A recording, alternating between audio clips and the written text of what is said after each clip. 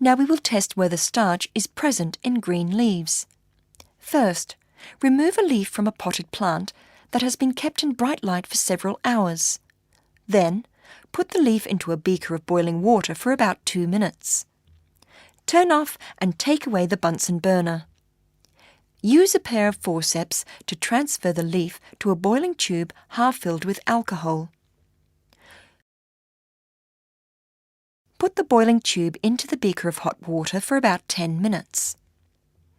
Afterwards, take the leaf out of the alcohol with a pair of forceps. What happened to the colour of the leaf and alcohol?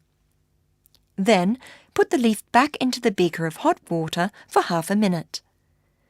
Take out the leaf and spread it on a white tile carefully.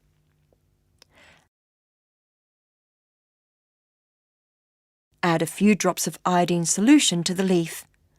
What does its colour change?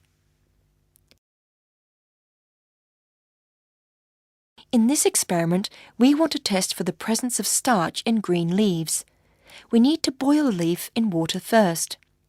This can kill the leaf cells and destroy the cell membrane so that iodine solution to be added later can enter the cells. Then, we need to soak the leaf in hot alcohol. This helps remove the chlorophyll of the leaf to make the leaf lighter in colour so that the colour change of the iodine test can be shown clearly.